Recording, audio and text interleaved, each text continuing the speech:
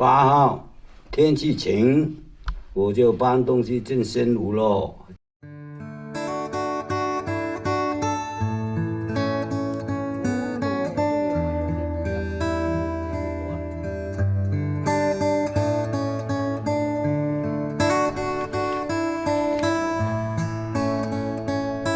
2019年5月17号，刚好我们北沙镇召开这个建房的会议，我们都是贫困户。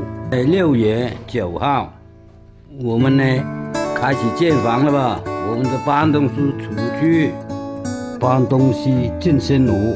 今天是立冬，原来是风雨飘摇。那样的房子，我们国家又关心我们，补助了我4万块，不用我自己多少钱啊。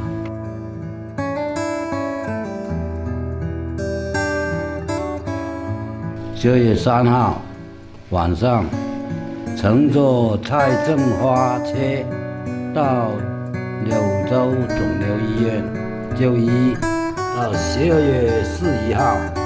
就开刀动手术，12月26号出院，处置住院22天，总共医疗费24904元。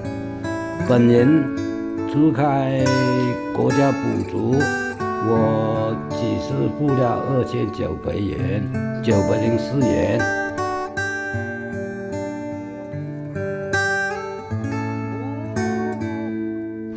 现在啊，我的家电有了，电视啊、锅炉啊、热水器啊，样样都有了。现在新房又建起来了。我们在家的时候呢，安居乐业，真的下大雨啊、刮大风我都不怕了。